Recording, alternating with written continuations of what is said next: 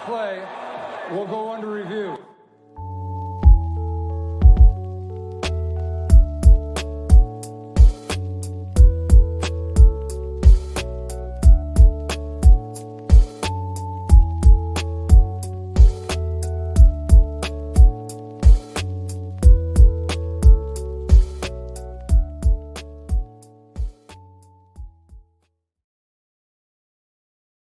What's going on, everybody? Happy Tuesday evening, and thank you so much for being here for this week's episode of Under Review. If you're joining us for the first time ever, I appreciate you finding us. If you are a returning visitor of the show, thank you so much. If you're listening to us on the audio platforms, I appreciate you as well.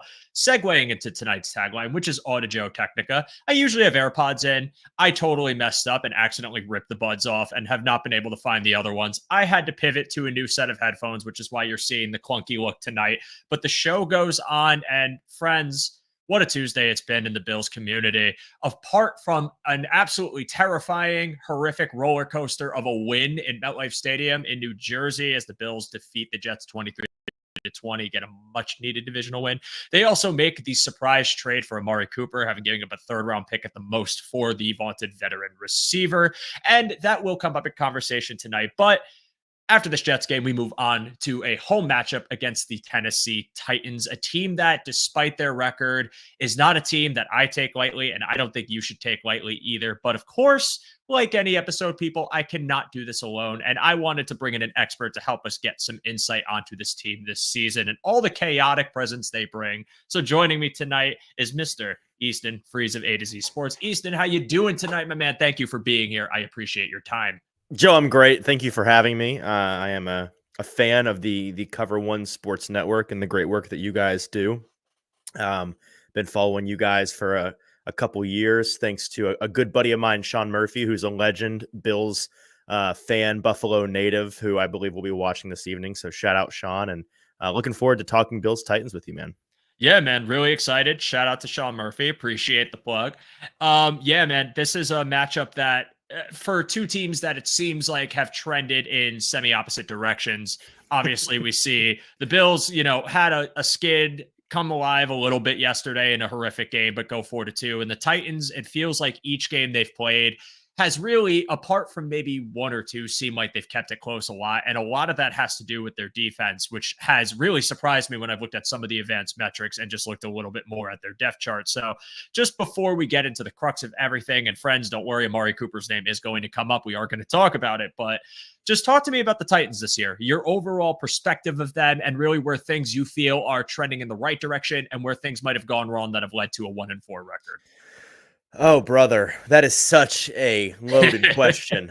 Where to begin? Yeah, things have gone largely not to plan. Things have gone largely poorly for the Titans this year. And with each passing week, the frustration level with fans, with the players, with the coaches has risen.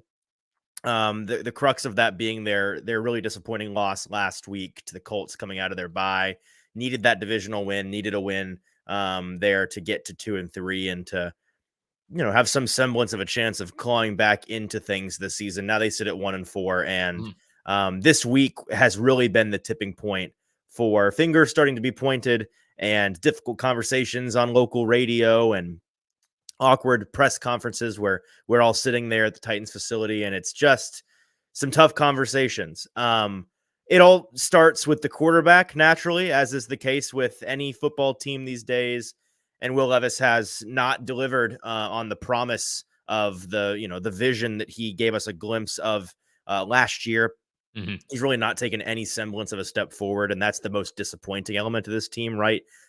He did some things his rookie year that got people excited, and you're hoping that that's something that you can build on, and it's probably made difficult when you're constantly changing offenses every offseason. But, the idea was you bring in Brian Callahan, who's an offensive guy. He's going to put you in a position to succeed. The front office puts you in a position to succeed, bringing in a whole lot of talent, a whole lot more talent than you had last year to make your life a little bit easier. And, it's not worked. It's just not worked. And the $1 million question is why. We can talk about any element of this team in depth that you'd like, but from a 10,000 foot view, You mentioned the defense. The defense is really good, and I know that's part of the frustration for a lot of fans is that it feels like they're wasting a really, really sound defense. And Denard Wilson, the Titans' new defensive coordinator, has got these guys playing really well. The Titans haven't been blown out really at all, save a Green Bay game that got away, but their defense has kept them in every other game. Every other game has been a one-score affair, and the biggest thing you can point to, generally speaking, is the fact that this team can't finish so far. They are, I should have this written down, but I think they're like plus 26 in the first 3 quarters of every game so far this year cumulatively, and they're minus 21 in the fourth quarter. 12 total points in the fourth quarter. So they're entering a lot of final frames of games, and then after that 45-minute mark, they just turn back into a pumpkin. They cannot close. And that's the money quarter right there. It's the witching hour on Red Zone, right? You win and you lose in that fourth quarter. And so far the Titans have done a whole lot of losing there. There's something so poetic about describing a team poorly performing as a pumpkin. Like, it's just such a perfect term, and I love it's that. October. You're driving past the pumpkin patches. You're seeing it at the grocery store, and you're seeing it on Sundays on your television screens here in Nashville. Yeah, and just looking at Tennessee's metrics offensively, like EPA per play overall, they're sitting there at 30th. If you look at them in EPA per pass right now, they're sitting there at 32nd. Which is just disappointing when you the run game hasn't really been the issue. Pollard looks like Tony Pollard again. Well, because I was about to get it's 14th in the league right now in EPA per exactly. rush. So that's not the issue. No, and that's the thing is, you see Will Levis, and Will Levis was known to be a bit of a project quarterback coming out of UK, and you're thinking, okay, well, year 1, let's see flashes, and then year 2, let's support him. And I personally believe the Titans did mostly everything correctly when it came to how you support this guy that you believe to be your franchise quarterback and maybe the future. And what you're trying to veil him with is an offensive line, which you did, and weapons, which they have in abundance. You have DeAndre Hopkins, obviously, who Bills fans know quite well in very infamous ways. You obviously get Calvin Ridley, another player that Bills fans know well in infamous ways. And you just see them with the surrounding of, the prospective running back, Tyjae Spears and Tony Pollard. And then obviously Brian Callahan brings his dad to coach the O-line, which boosts them a bit. And you talk about some of the young guys they have, the infrastructure's there. But the leap has not happened. And watching Will Levis, I can only imagine frustrating for Titans fans because everything is there for him to thrive. And I do really believe in him just from his skill set, the arm strength, the all levels of field throwing ability he has. But I'm going to spoil this. There's a note on my notes section for when I talk about Bills defense and the biggest matchups. And it straight up says Will Levis versus himself because Will Levis is his own worst enemy. The decision-making lapses, some of the costly turnovers, the over-aggression without a compensation. Like, we all know about Sugar High Josh Allen, and we talked briefly about him in our DMs about, like, your views on him, my views on him. But Sugar High Josh Allen was often followed by, like, a play that makes you just go, wow, right? Exactly. And it feels like Will Levis is giving you the sugar high, but hasn't compensated enough with his talent as a quarterback, which I still believe in, but I think, and you can attest to this, and I'll turn this back to you, like, it's just still a work in progress. Like, what is the view of just his progression right now in year 2 in a more detailed way? Yeah, exactly. It's no sugar rush with Will Levis. It's just the crash, right? And so that's what makes Sugar Rush Josh Allen somebody that you're willing to live with, because every crash is accompanied by something awesome. It's just the bad with Will right now, and that is that's what's leading to a lot of the frustration. It really is mental for him at this point. When you're breaking down play by play, going back to the tape, he's frankly consistently just one tick late. Which is that's your DOA in the NFL. If you can't be on time mentally, if you can't see with anticipation, isolation routes that are going to come open, throw the ball before a receiver gets out of their break. You're just, windows are tight at the NFL level, and you're only making them tighter if you aren't perfectly on time, if not a little bit ahead of the ball there. And he's swimming mentally right now. You can see it with every passing week this year, just on tape. You can see him living with every high and dying with every low. There's no stasis there. And it's tough when I'm in the locker room during the week and we're talking to him, and he's a great guy. First of all, he's a very cool person, and it sucks from a personal level to watch him going through this. And so far he's not got it. He's proven that he isn't the guy so far. And so Yeah, the hope is that eventually this new offense clicks for him. The biggest frustration, frankly, in this most recent loss was, in part how he played, but also in part how the coaches were using him, how they game planned for him to play in this game. It was a much more conservative approach, Mhm. and that's kind of just compounding the primary frustrations this year are the errors. But when the errors are accompanied by not being aggressive at all, and so not getting any of the, not even giving yourself an opportunity for the good things to happen, that's making a lot of people rightfully upset. I think this coaching staff would be better served in terms of just trying to figure it out with Levis to just lean into the aggressiveness, do some more aggressive things, try to push the ball downfield, try to get back to some of those things he did well last year. I know Mhm. that it's not Brian Callahan's ideal vision for this offense. It's not really the way that he wants to operate, but I don't think that you're going to get any answers with Levis if you are game planning with that, backup quarterback training wheels mentality, the kind of game plan you expect a team to come into Sunday with when they're playing, a quarterback they don't trust, frankly. They're playing Yeah. like they don't trust their guy. And I believe them that they don't trust their guy at this point.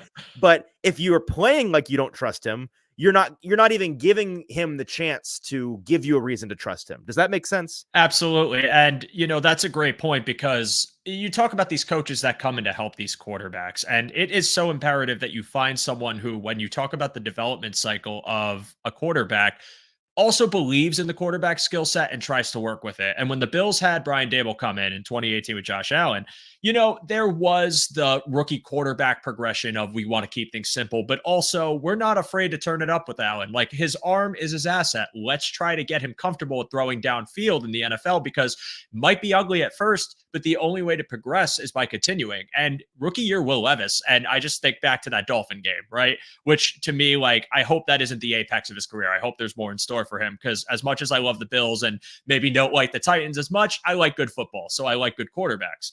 I saw them really challenging him to throw down the field. And when you have a guy like DeAndre Hopkins, that helps, but he felt decisive. He felt confident when he was coming back in that game. That felt like a quarterback of the future, someone I actually felt they could believe in.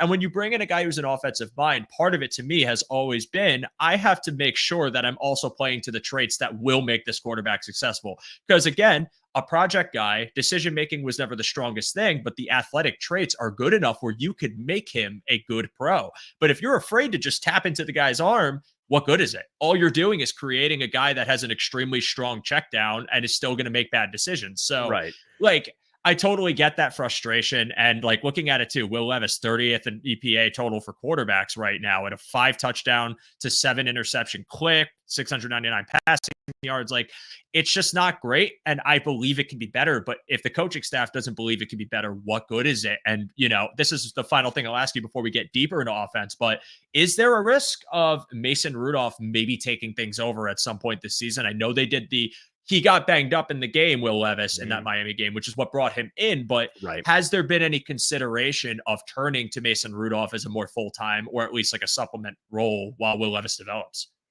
Publicly, absolutely not. And Yeah. this is, something we came into the season all talking about, even through the first loss, the second loss, the third loss. God, I'm writing columns. There is no reason for the Titans to go away from Will Levis this year.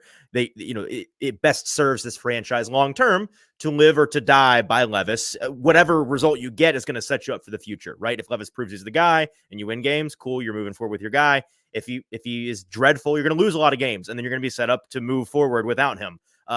Playing Mason Rudolph, who we all know is a very capable backup quarterback. I think clearly, in my opinion, a top 5 backup quarterback in the league, somebody that is going to win you 1 or 2 out of every 3 games and get you to like right around or just below 500.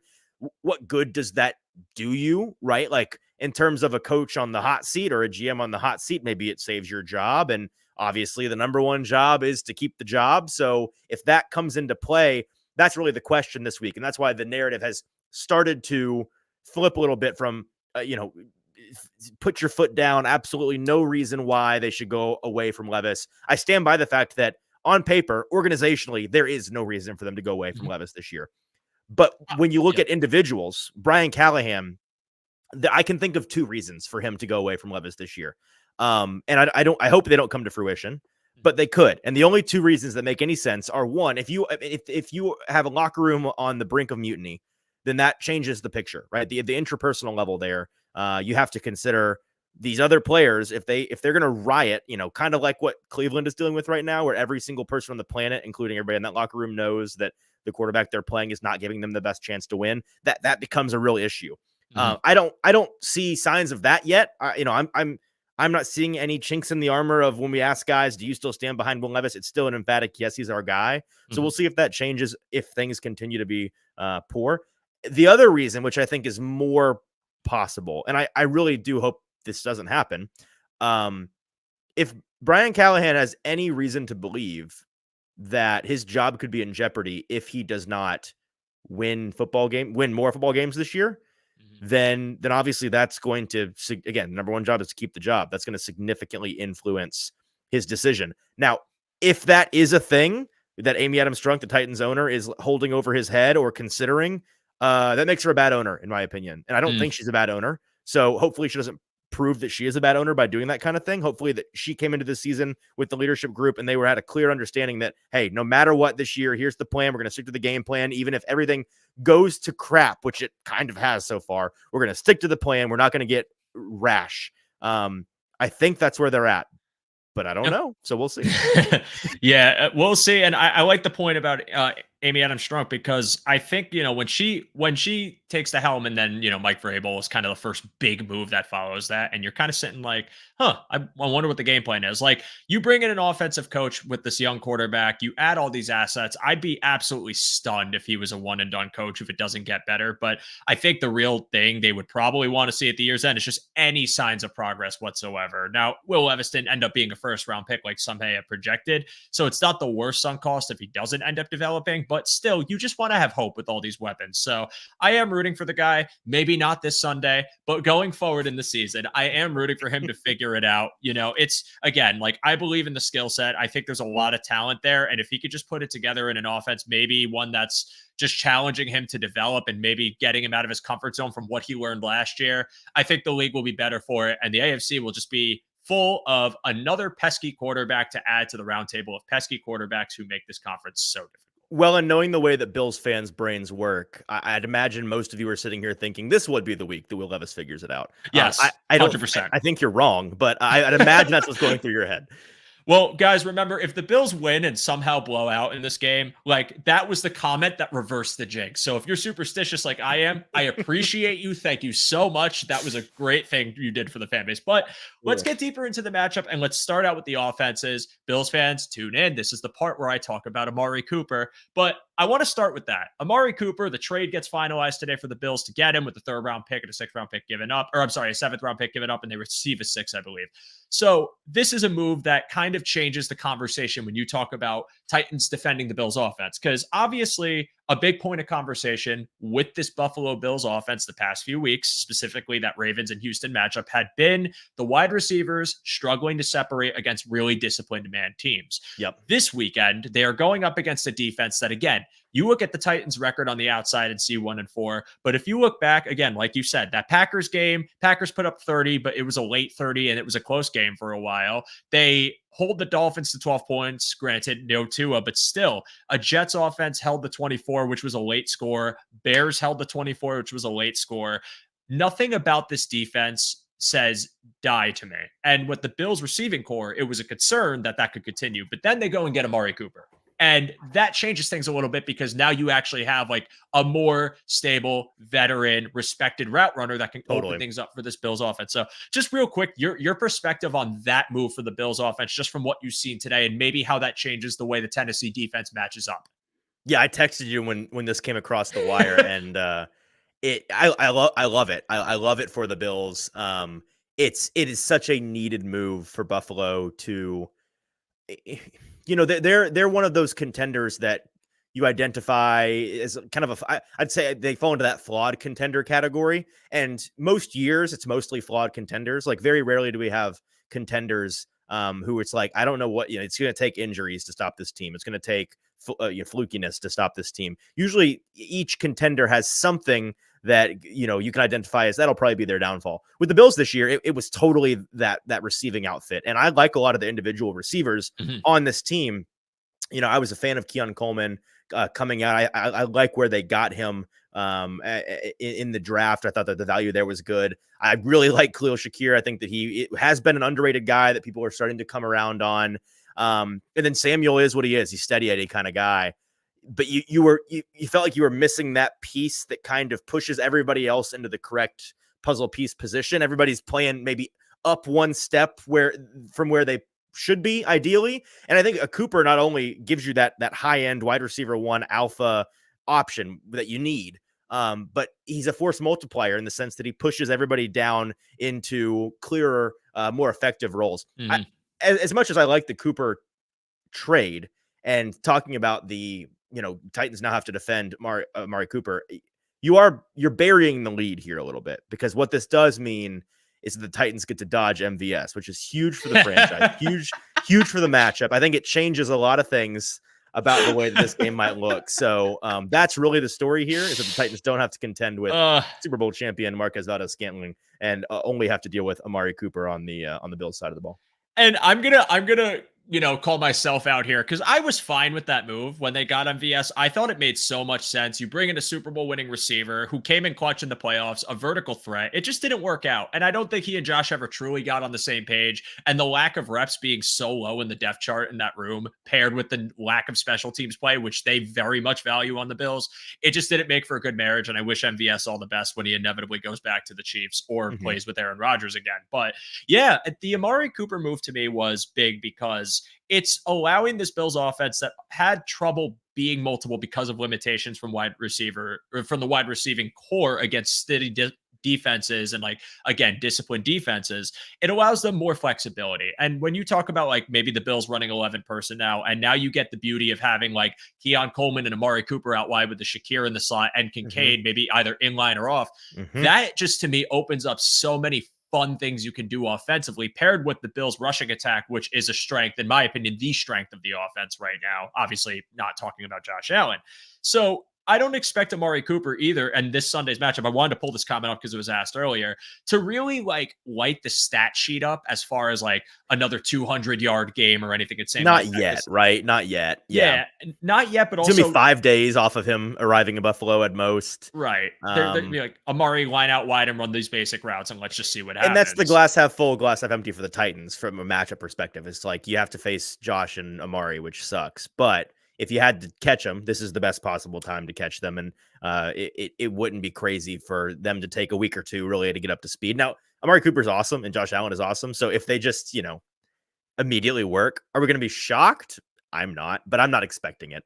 No. Yeah. And the thing about Josh Allen, and this is probably good news for any Titans fan that might be watching us, thank you for joining, or just really the Titans community, Josh is a trust-based quarterback. And I mentioned this last week when I was talking about some of my worries with Josh a bit. He very much is a chemistry-dependent quarterback. And when they had Cole Beasley years ago, there was a heavy emphasis on that relationship being a big part of how they were able to move chains so consistently. But also, that took time to develop. Stephon Diggs, when he gets to Buffalo, it took a few weeks for that to really emerge into being the most dynamic duo it was, and apart. Right. And then that sucked. But like, I wouldn't be stunned at all if Cooper comes in and maybe is targeted 3 times, right? But to me, it's not about the stats. It's about the effectiveness of those targets and the context. And also, if Amari Cooper is put on the field to run around, do nothing, but I'm seeing Khalil Shakir, Dalton Kincaid, Keon Coleman, Curtis Samuel getting meaningful targets, and they're working and they're moving the chains effectively, paired with the rushing attack, I'm not going to be upset about it at all. Maybe Bills fans will. I won't care, because to me, the move is more, it's equal parts functional, but also symbolic as just a way to open this offense up more. So I was encouraged by the move, and I'm very excited to watch him on Sunday. But getting deeper into the one thing, by the way, I think you're underselling that point.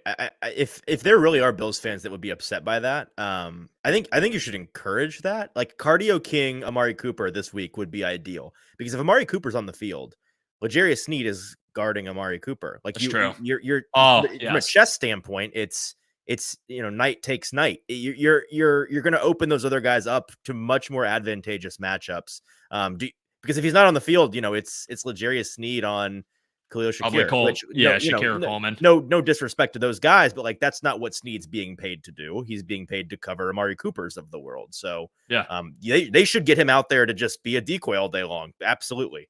I'm fully on board with that if that's what it has to be. But this is a good comment from Adam because I do remember both in Dallas and I think in Cleveland, he actually acclimated pretty quickly. It's true. And he's the type of receiver, again, he's a route running specialist. So like it's not like he needs to be tailored to that much in the playbook. You obviously want to get feature plays with Amari Cooper because he's good.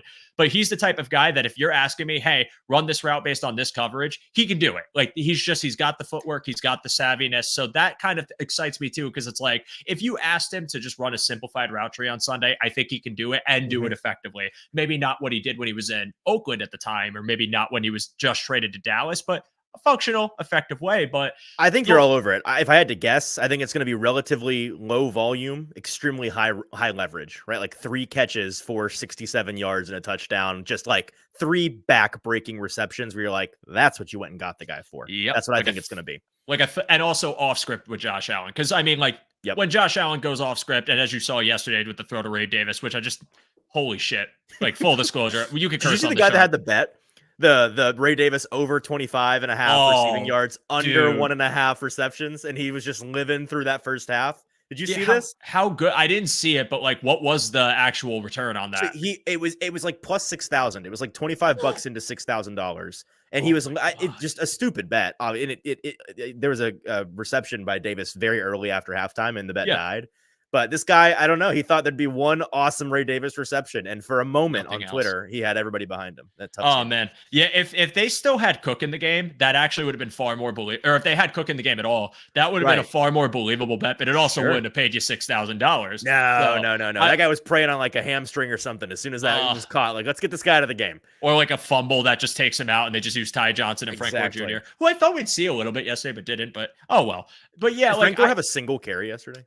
To be honest, I don't believe he did. I recall he might have been on the field. Maybe playing teams. He's not really a team's guy though. Okay. Like he doesn't really have teams effectiveness. I had to go back and look at his stat count. To be honest, I was so fixated on Ray Davis, and I actually forgot Frank Gore Jr. was there. That doesn't mean he might not get his play, but if Cook's still hurt, maybe he gets more shine. But moving forward, just in the conversation of these two team offenses. So I just wrote down a few matchups that I'm excited to watch, and I know you did as well. So I'll let you open up with a matchup, from the Tennessee offense that you're excited to watch and why this Sunday. So Tennessee offense on Bills defense. Yeah, I think the run game is one thing that stuck out to me watching the game last night, watching the way that the Jets were able to, Breece Hall this season has been marginally effective. Like the bar for him is set really high. And I know that from a fantasy standpoint, people have been largely disappointed so far. He had a big game last night, and the Jets were able to run relatively effectively on this Bills front. As we talked about previously, that's the strength of the Titans team right now. Offensively is the only consistent bright spot has been this run game. They were running at 5.5 yards per carry. That's a really strong clip last week. You had Tony Pollard running really effectively. He has been kind of a revelation for this team. Turns out the only thing wrong with Tony in 2023 was breaking his leg in 2023. We kind of all forgot that was like the same year that he did that. He looks a lot better now, and that move looks really good for the Titans. And then Tajay Spears, nobody is sniffing at him, although he came up with a soft tissue injury in that game. I'm not at the moment. I'm not expecting him to play, so I think it will be the Tony Pollard show. Oh wow! Okay. We'll see about that as the week goes on. But either way, this Titan, and you mentioned the offensive line and Bill Callahan coaching those guys up. They started the season really poor, and I think some fans got a little over their skis with expectations there because of the name value of Bill Callahan. And, you got 2 first-round picks on that left-hand side. You got a new left tackle, and you paid a bunch of money for the top center on the free agent market. And we if you know football and with a cool head, you understand that even the best offensive lines on paper, that you can't replace the time required to figure it out. It's just, I don't know what it is. That's the Jets. Right, exactly. I've written columns on the voodoo magic of why offensive lines literally never click unless you give them like a whole half season. Right. And so the good news for the Titans offensive line is every single week they have legitimately looked better. Last week was the first time the Titans didn't allow a sack in over 3 years in a game. So I know, crazy, bad, but crazy. So they're looking better and better. And in the run game in particular, they're getting the push they want. They're running to the left side really effectively.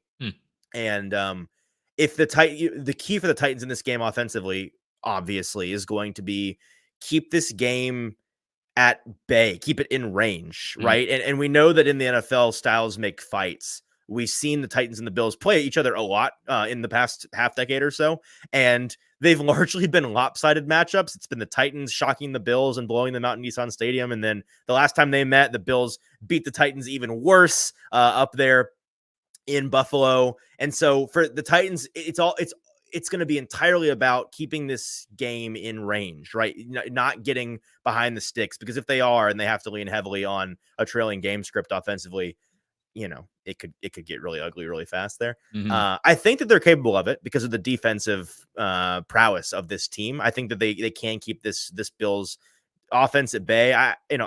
I'm thinking the Bills are going to be kept short of 30 points in this game personally, because the Titans have done it to everybody this year. Yeah. The Jets did it last night to the Bills. They're perfectly capable of scoring more than that, but I think that is going to be a key for the Titans offense. And if they can do that, or defense rather, and if they can do that offensively, they may be able to just lean on a heavy run script and do so effectively.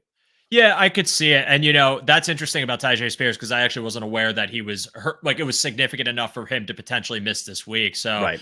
I think that helps the Bills in a way too, because singling Tony Pollard, knowing that Will Levis, maybe you can create some flustering or some pressure in this game. Maybe if it's with just your 4-man front, that'll be an interesting matchup too. And you talked about specifically the left side, and that's also something I would keep an eye on because of our linebacker right now, Dorian Williams, who seems each week to be progressing well, but there's been lapses in coverage and there's been lapses in some of his, run defense, whether it's the fits, whether it's the angles, but he's gotten better and significantly better since last season. So if they are mainly trying to sell out to run to the left side, I think this could be a huge test for Williams, and one that I hope he succeeds in. I'm going to take it back to Bills offense going against your defense. And this is another one that this kind of caught me just because I really wasn't expecting the defensive metrics to be as high as they were. Not because I didn't think like they didn't have talent, just I thought it would be like more middle of the pack. But I got Bills rushing attack against the Tennessee front seven. It might be a little bit vague, but if you don't, this is my favorite matchup of the entire game for what it's worth. I think this is fascinating. Well, I put this up because this is really the backbone and the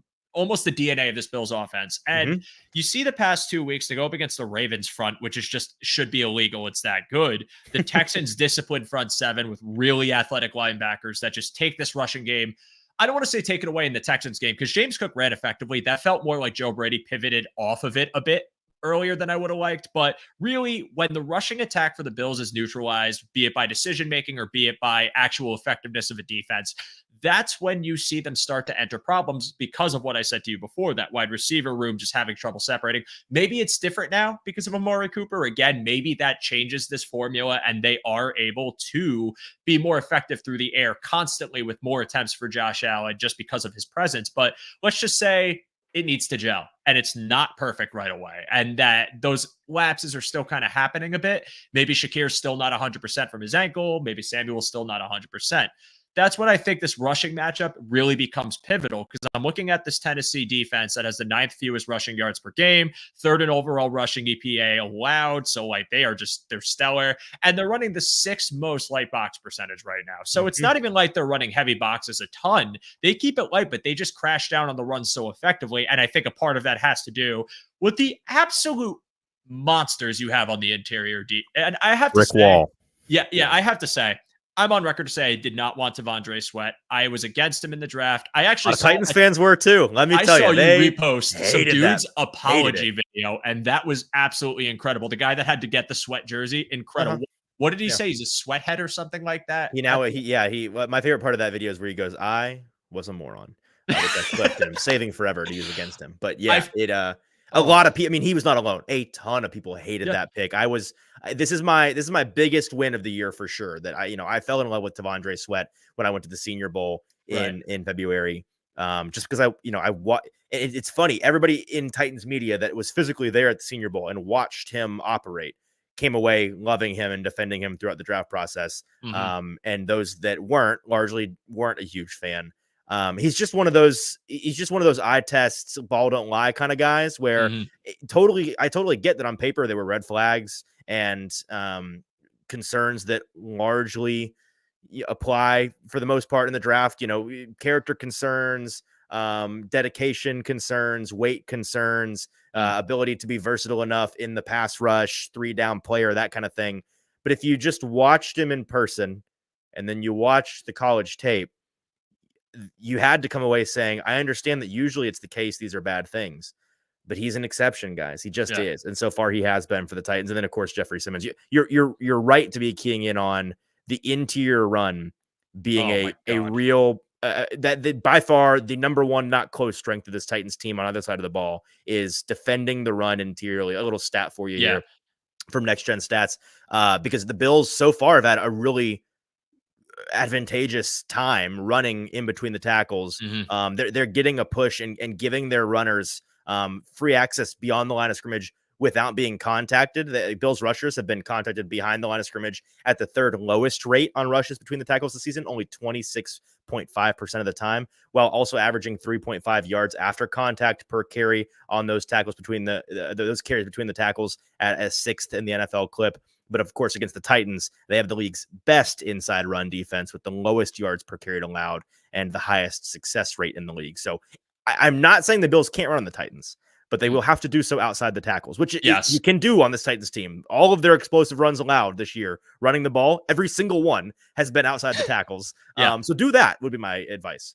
Yeah, and I think that they did it a bit against the Jets, too. They were trying to stay away from Quinnen Williams and bounce more to the edges, and they did it with Ray Davis, who was just a revelation. But also, if they get a little more savvy and mix in, again, Cook might not be 100% in this game if he even plays, so they are probably What's his going injury to have, again? It was a toe injury or a foot injury when I want to say speculated. I don't know if this was ever confirmed, but when he made the sideline attempt against the Texans in front of the goal line, he kind of dug his foot into the ground, and there's a theory that he hurt it there, but he was practicing and just missed it like last second against the Jets. So it's interesting if he does come back, but even if he does, I think it is going to be a more even distribution of the carries for him, Davis, and potentially Johnson. And I think Davis, he's got the bruiser ability to test you in the middle, but I loved what he showed when he did go outside. And I love that explosiveness he had in the contact balance. And Ty Johnson, his strength in running to me has going outside to the edges. Totally. So if you can manipulate that and get short fields for Josh Allen, which I say this every week on the show, but tale as old as time, song as old as rhyme, Josh Allen's better when he doesn't press. To get Josh Allen to not press, you get short yardage for Josh. To do that, you got to run effectively, which is why I said it's the backbone of this offense.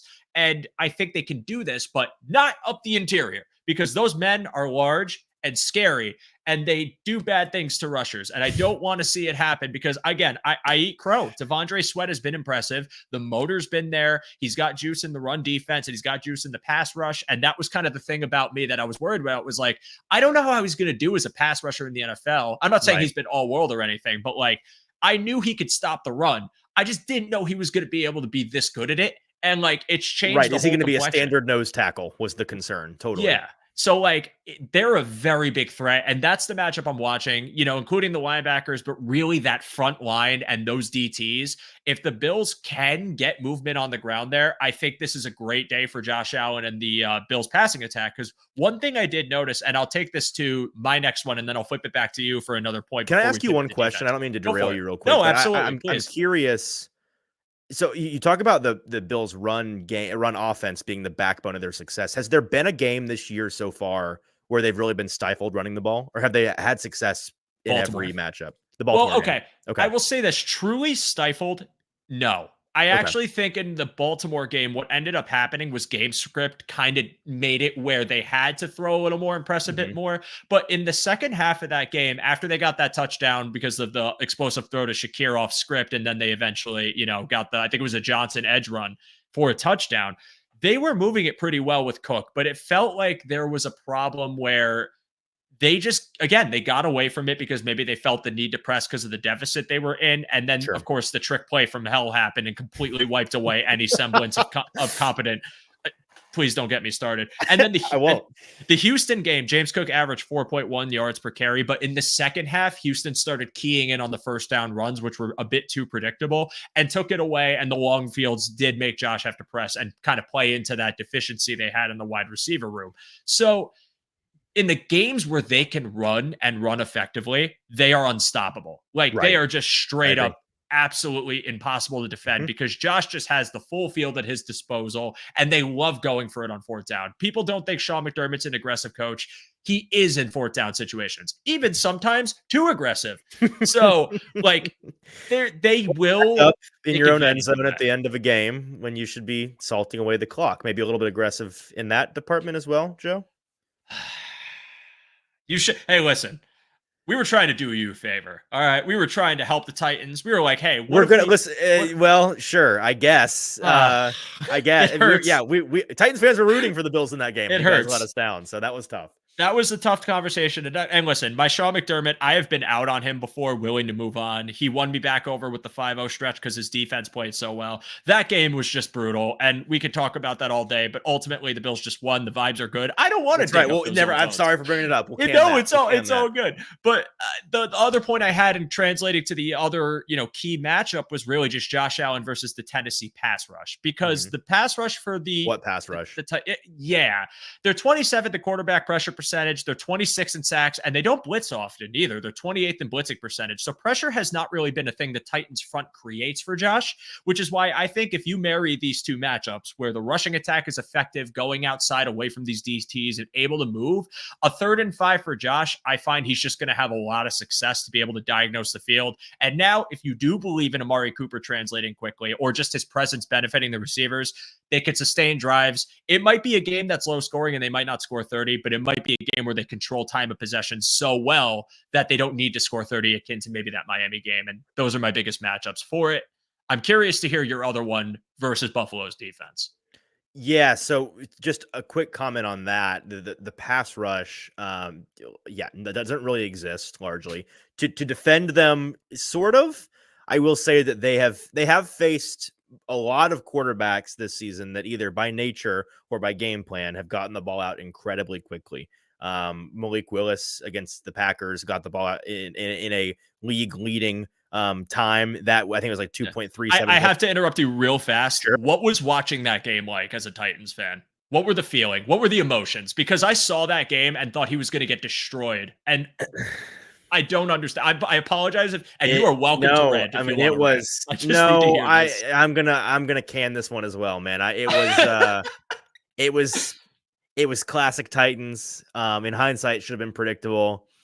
It was, it wasn't necessarily the most frustrating part is that it wasn't like Malik just torched them so much as they just got outclassed from a game plan standpoint so badly.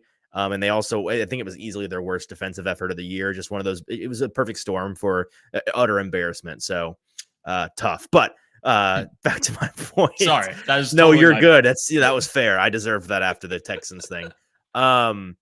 They have played a lot of quarterbacks that get the ball out incredibly quickly. Last week, Joe Flacco led the league in week 6, like 2.2 some odd seconds to get the ball out. So lightning fast. You're not gonna get home no matter how good a pass rush you are when the ball's getting out that quickly. Now it's interesting that's kind of the book on the Titans from an offensive game plan standpoint. Okay, we'll just get the ball out quick. We'll mitigate any pass rush that does get through, and we'll cut them up piece by piece and wait for the offense to make mistakes to give us the ball back. Looking at the way that the Bills have operated so far this year, like on third downs, Josh Allen holding onto the ball for 4 or more seconds on 40% of his third down dropbacks. So he's a creator. He likes to play off script and look for things to develop downfield and take off and get out of the pocket. But also just from a statistical standpoint, he's been really, really effective when he gets rid of the ball quickly. And so I'm assuming that they will lean into that quick passing game because it's the way that this Titans team has been beat over and over and over.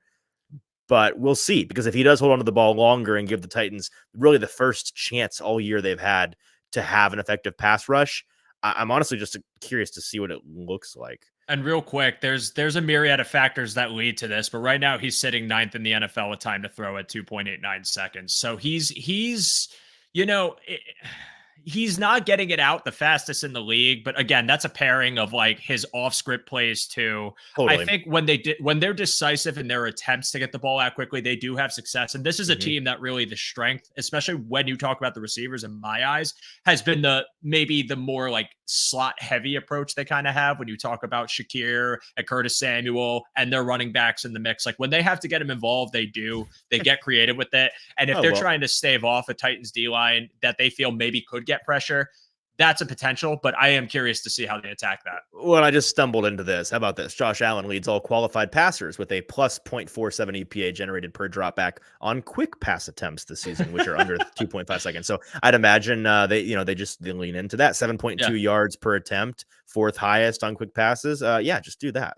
We just fixed it. Seems foolproof. And you got a guy who's good at getting open quickly and separating. Now you do. It's true. So good vibes, but I am curious if you have a final matchup that you're really keying in on for the Titans offense. Like, again, something that Bills fans might expect, really maybe the defense scratches their head a little bit or has to deal with that they can mentally prepare themselves for on Sunday.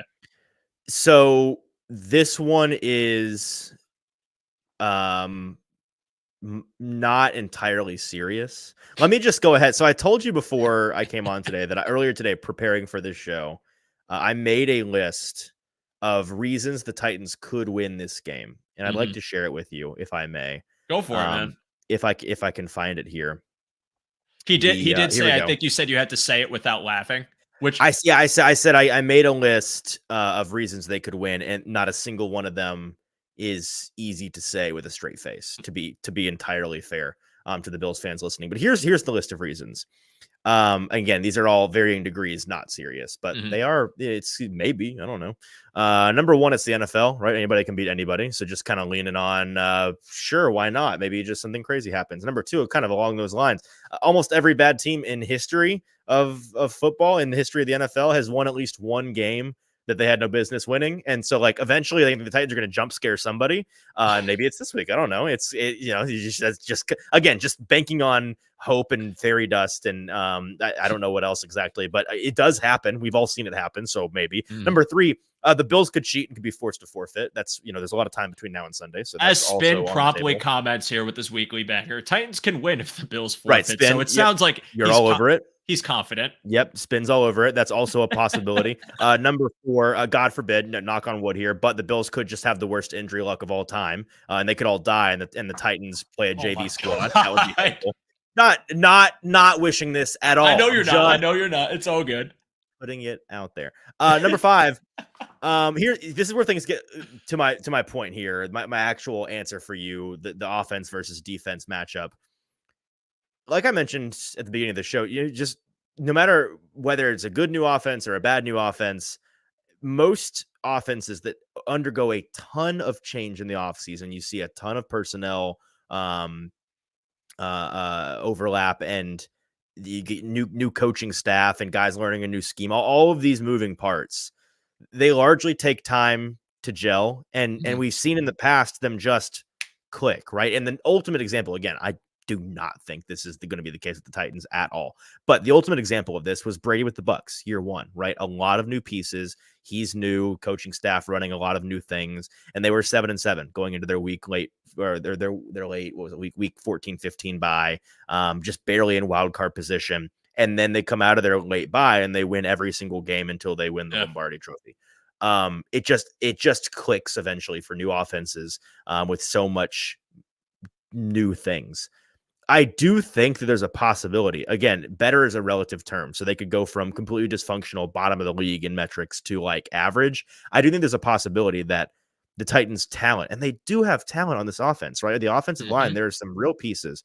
They've got on paper, they've got really Calvin Ridley. The woes there have been it's been dreadful so far, but I'm telling you, it's not because Calvin's washed. It's because they're just not they're not making it work. They're not utilizing the correct way. Levis is not getting him the ball effectively. Like, it's not because Calvin is just done. And he's frustrated because he knows it's not because he's done either. It's there. It's just not being taken advantage of. Hopkins is still Hopkins, just defying time. And then Tyler Boyd, a reliable underneath option. So underrated. Right. And then we've talked about Tony Pollard. So like they have the pieces for it to theoretically, again, all on paper, just click eventually. And so that's kind of that Bills worry of, well, of course, the Bills would be the team that the Titans figured out against. Eventually, I do think they'll have kind of a click moment, and it'll look a lot better than it did. Again, better relative term, maybe not even close to good, but it's a notable jump up. And if that happens and the passing game just starts to work all of a sudden, that's going to be interesting. But again, that's how far I'm having to stretch to find a favorable matchup for the Titans offensively against the Bills, is just hoping that the vision finally comes to fruition. It's a week-to-week league, and with this defense, I do think it's talented enough to keep the game within reach, where if the Bills do have a game where they can't get out of their own way, it could pose problems, because sometimes teams hang around and find kindling in the fact that it's close. And like, for one thing, for all the things negative can be said about Will Levis, one thing I'll never take away from the guy's is competitive nature. The only guy that I know could truck stick and the memes. What was it? Who was the guy he I shouldn't laugh at this, but this past week accidentally ran into, and they had to get carted off of the field. Oh no, yeah, the poor old man on the sideline. He that guy tore every ligament in his knee. That was hard to watch. He got carted off.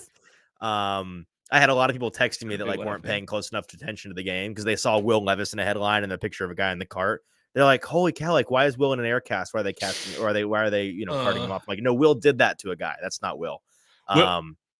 We got updates on that guy. We found out what his name was. I forget it. He went to the hospital and had surgery right away. I mean, okay, as okay as you can be. He had surgical repairs done, and as far as I know, he's gonna make a full recovery. I don't know how quickly he'll return to the sidelines, or if he'll return to the sidelines. That might be a retirement moment for him, but maybe he's okay. He's alive. So I only giggle at the absurdity of the situation. I do not giggle for the man's expense. I hope he is okay. It is more so just I saw something about how Will Levis is on a generational run, and you have the arms up in the air picture. You have the run that takes his shoulder out in the game. That moment, like the Spider-Man from last week. Did you see the Spider-Man? The Spider-Man hands, like and it's just so funny. But also, a guy like that is Pandora's box encapsulated. So I don't sleep on a quarterback with the drive of that caliber. And it's for the reason that I think there is merit to say maybe he does figure it out. There's some vulnerabilities in this Bills defense. And really, one of the things I noticed, again, maybe they struggle a bit with some of their missed tackles, and maybe that poses problems if they do get to Levis in the backfield and he uses his athleticism to maybe escape the pocket and create explosives with his legs. But again, like the passing defensive metrics, even though Bills fans saw last night's game and kind of, it was all right, it wasn't great. They're more of an opportunistic bunch, and I think that the key is going to be trying to bait Will Levis into making mistakes just by post snap coverage, disguising, and maybe simulated pressures and creepers with different players to try and throw him off and keep him guessing. Even with the talent on the O-line, it's a mental game with Will Levis, and if you win that battle, I think it's going to be a tough day for a Titans offense that needs to, really see some signs. And for Calvin Ridley, that was very interesting to me too, because I didn't think it was a talent drop off. We saw last year when they played the Jags in London. I'm telling you, it's not. I watched him all August. It's not. He's still got it. It's so frustrating. It's so frustrating. I am curious because we're going to pivot to defense momentarily, but I think this is a good way to get into that. Calvin Ridley, to me, obviously we know what DeAndre Hopkins is and what he can do. He's just smooth as hell. He will always be smooth as hell. Even if he's not the same receiver he was, he's a threat. So you have to respect it. But Ridley, what has been the usage in the Tennessee offense in terms of whether it's not sending him upfield enough, not even having him on the field, not targeting him enough? Because I saw the thing about how he wasn't targeted until the fourth quarter. What has that been all about? What's been the problem? Man, if we figured out the answer, we'd have to run down to the Titans facility right now and let them know, because they're working on it too. It's not been one thing, right? Is really the answer. It's been a little bit of everything, and you go back and you dissect every target, not just from the past game, but from the season, and look at what has gone right and what has gone wrong. They've used him effectively in a couple of ways more than once, right? First of all, he's been their end around guy, and he's a crazy, freaky, talented athlete who is in that mold of, get him working on an end around, give him open space, and he's going to get, 8, 9, 10, 12 yards a clip doing that. They do it pretty much once a game. And it works. And then they have used him on some quick in-breaking routes, kind of that classic AJ Brown, just a quick in and let him get him free space in the zone and see what happens. And then of course the deep threat that he presents, they've connected, maybe twice, at least once. I'm trying to think of this. I think they've done it twice this year, but it's largely been misfires long, short, interception everywhere but in Calvin Ridley's hands, which is frustrating. They're using him. It's not for lack of creativity in usage. They're targeting him at pretty much every level of the field. They are pushing the ball downfield with him, which I think is the vision for a player like that in this offense, that, you want to use him downfield more than the other guys. Tyler Boyd and DeAndre Hopkins is what you have for that underneath stuff more so than Calvin Ridley. But the miscues have just been on one play, it was just a bad ball by Will. The next play, it's a tough catch that Ridley, you'd hope could bring in for how much money he's being paid, and he just can't for whatever reason. The next play, it's just the defender was really sticky and made a great play. And then a lot does fall. I think the onus falls on the coaching staff in terms of they are ultimately using him at different levels of the field, but they get kind of tilted with him. And you saw that in that fourth quarter of the Titans game against the Colts is, they're just trying to spam it to him and force feed him, get it going at a key part of the game. Really not the time to do that, but whatever. So it's just, there's nothing about that operation that's smooth right now. It's an engine without oil. Eventually I do. It's definitely capable of working. I'll let you know when it does. And hopefully not this Sunday, but if it has to be, I mean, that's one of the key matchups I have in defense right now, just to quickly flip over there. Before I do, actually, real fast, brief show segue. Everybody who's watching, first and foremost, thank you so much. If you're enjoying this conversation with Easton and I, feel free to drop a like if you have not done so already. Those likes help our channel out. It helps get more growth to the algorithm. More people, Bills fans, Titans fans, football fans, fans of dudes on screens, can find the video and watch it for their viewing pleasure. And secondly, again, I want to plug the One Pass. Easton, in our description, we have the One Pass link. That is the subscription service to basically our premium Discord, as well as some awesome perks that we offer to all of our subscribers. For just $60 a year, you have the opportunity to get access to all those amazing perks, direct access to the content creators in our network, and just some really cool things, including, I'm going to stand up if you could see it, the Cover One t-shirt that is included in our partnership with 26 Shirts, and a fantastic company. And this shirt's high quality as hell, man. I'm so impressed. I love this damn thing. The design pops off in person, and you could see what I'm talking about if you sign up for the One Pass. So I encourage you to do so. We have some awesome things going on. We're just about to announce the next giveaway we are doing. So thank you so much for any of you that are thinking about signing up and going to do so, already a member or just watching us tonight. Greatly, greatly appreciated. And Easton, once again, thank you for being here, man. This conversation's so much fun. For sure. I want to hit the home stretch of this puppy because I know we got our guys going live at 9:15 after us, so all of you stick around for that. But like I said, that matchup of Christian Bedford and Rasul Douglas against your boundary receivers, Calvin Ridley and D-Hop. Calvin Ridley, I don't want him to figure it out this week. I would like him to figure it out next week and maybe down the line. Sure. But I think this is the test for me to avoid Will Levis finding himself in Orchard Park, is to take away the boundary options. DeAndre Hopkins is going to get his to some degree. I absolutely accept it. That's just what he does. He's such a good route runner. He's so lengthy. Even balls that have a low probability, he can haul them in. That one, I'm expecting there to just be some semblance of licks. If the Bills are playing zone, he can, whether it's just the leverage he takes on a route to just get himself in a better position to use his reach, that I expect. But Calvin Ridley, if you could take that component of it away, I have a lot of faith in Teron Johnson defending the middle of the field with Terrell Bernard and taking away Tyler Boyd, maybe taking away Quanquo, and maybe if they leak Pollard out as a receiver. I actually like the Bills in that matchup. But to me, you take away a lot of the stress you could have on Sunday if you're taking Ridley out of it again, because I feel like building upon the frustrations that he has in his role, you build upon the frustrations they have offensively if a deep threat that Will Levis could very well hit with his arm strength is eliminated. And I have faith in the Bills corners to do it. They're very stout, just really solid zone coverage corners. Christian Bedford has been one of the best in the league so far. Last night was not his best game. It also wasn't his worst. I think if that matchup goes in the Bills' favor, that is another thing that I think really benefits this Bills defense, in turn, the whole matchup as a whole. And I'm excited to watch it, but I'm curious, Easton, what your defensive matchup you're watching is, because I know this Titans defense has been stellar this year. Again, I was very taken back by some of their metrics. I tweeted it today, but from your perspective, what is the thing you're watching for this Sunday? Yeah, I think this could be a big matchup for the pair of Bills tight ends that we all know and love.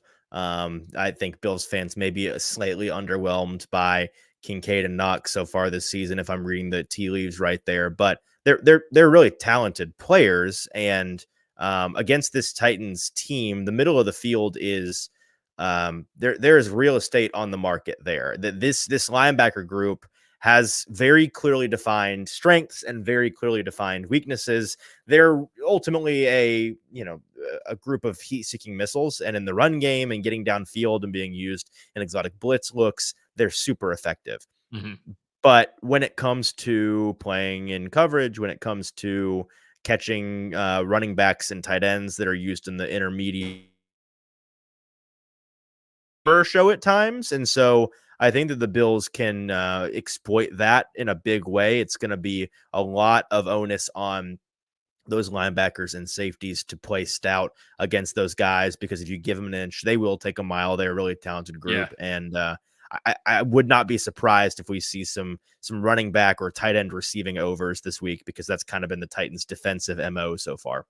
The tight ends of the Buffalo Bills have definitely been a frustrating component. I don't think it's so much so Dawson Knox not having ability or Dalton Kincaid not having ability. It's been more usage, but I actually think Dalton Kincaid got used in a pretty decent way yesterday. I liked him in that game. I agree with you. Again, he is a kindling for Josh to get in rhythm. So when they have him go into the flat and they get those quick outs with him that get about 5 or 6 yards, that's actually a huge boost for them, especially on first down. But they're opening up more of the playbook for him to get him more downfield. They actually had just missed a beautiful seam route from Kincaid that would have been a touchdown against the Texans because Josh slightly underthrew the ball.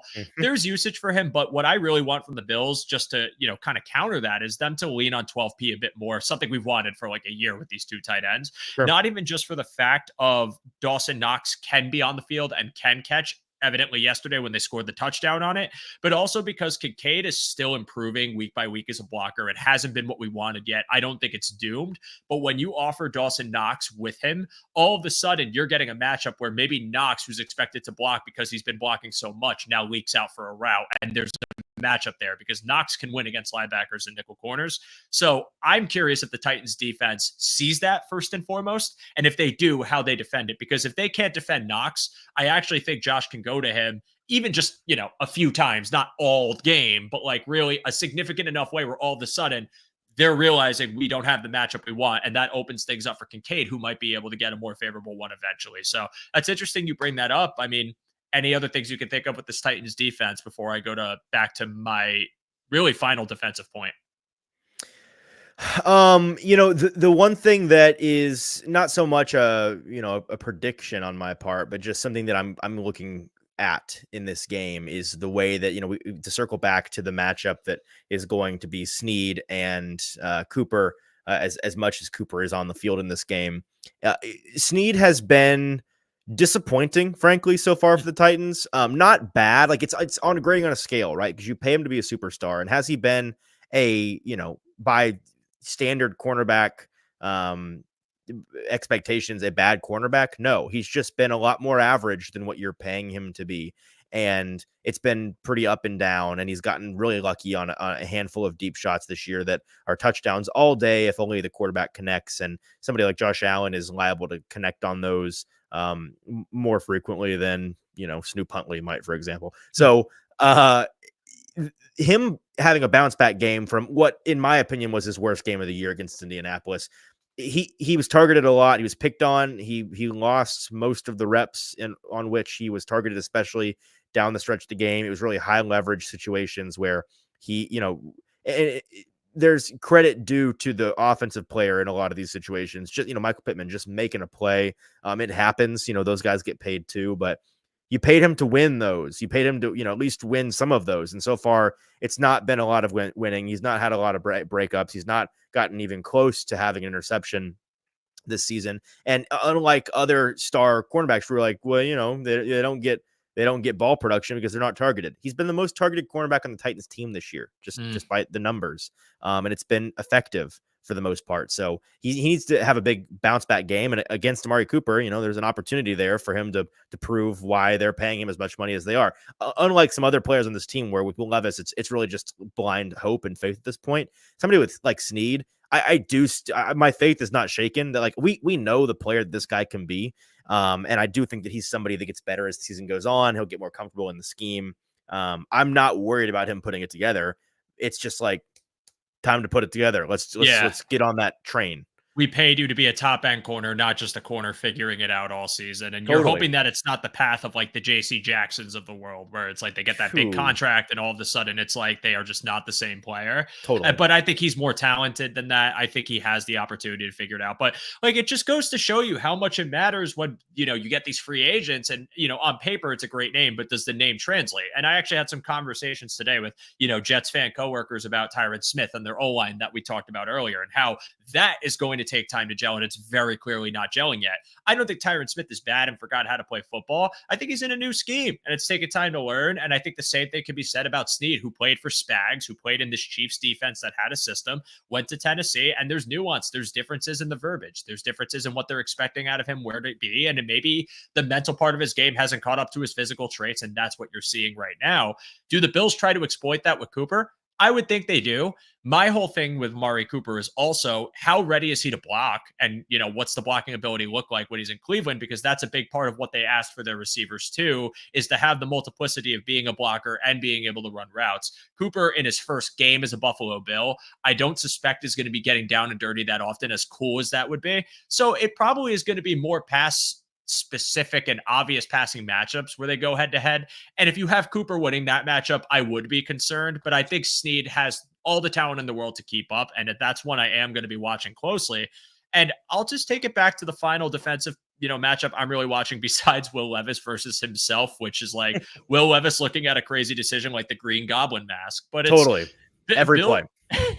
Bills linebackers and corners versus, and I actually did have this originally as Tony Pollard and Tyjae Spears, just really running defense and cleaning up the outside runs, not getting beat in the screen game and getting pushed and bullied downfield, which I thought they did a little bit yesterday. The Jets got their way with them with some really explosive runs. And I think a big part of that had to do with, you know, questionable run fits from DeMar Hamlin and maybe not being as ready and not triggering as quickly, not taking the best angles, you know, some of their linebackers, you know, really Dorian, again, some of their safety angles, and just I feel like they need to clean that up. And it's Breece Hall and Braylon Allen are a good duo. I think Tyjae Spears and Tony Pollard are a good duo. But if you are now limiting it to just Tony Pollard, and who's the third? Is it Julius Chestnut? I think I read. Yeah, is your other Chestnut, guy? baby. That's yeah, right. which great name.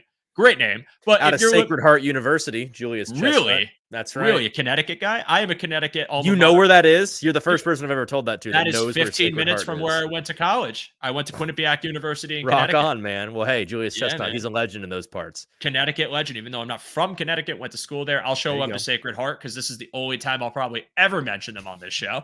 But now if you're just keying it on Chestnut and Pollard, I think that matchup does get a little easier. And again, a struggling quarterback, the run game's your best friend.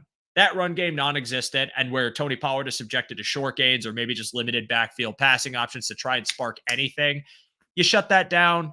Again, pair that with the other matchup, which is taking even just Calvin Ridley away. I think the Bills defense is a good chance. And it's not even so much that I don't think the Tennessee offense could get yards on them, but the Bills almost invite you to. They want you to waste time and not finish your drive, which they tend to do pretty well. Like scoring defense isn't the problem from them. And it's weird when you evaluate them in like a more advanced metric way, because the scoring defense is fine, but like you'll see some crazy, like they're 20th in yards per game given up or something like that. I actually have to find that stat, but regardless, they are not. But it's like it doesn't matter because nobody's scoring, right? Well, exactly. That's it. Besides the Ravens game skews the metric a little bit because they just got steamrolled in that game. But like they're a defense, like bend don't breaks the mentality. It's the cliche, but it's the truth. So now if you're talking about taking that running back out of the game, Pollard gets shut down, explosive threat gets shut down.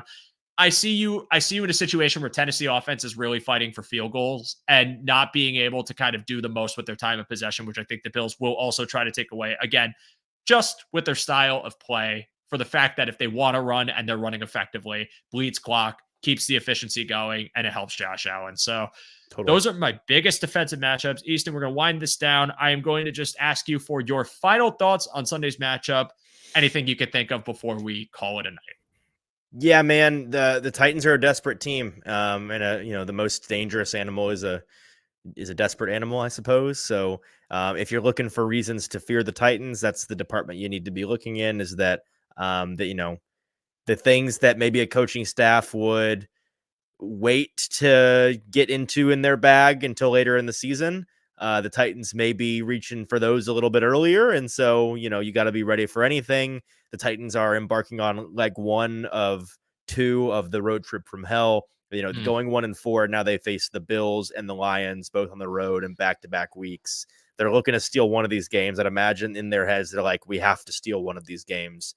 And so the Bills just need to, the Bills are the better team and they should win this game. They're going to have to protect against weirdness and desperation and self-destruction that they may incur upon themselves, which we know Josh Allen not near the Will Levis department in that regard anymore, but is capable of being the reason you win and the reason you lose ball games. So that's really the way that I see the Bills messing this one up, to be honest with you.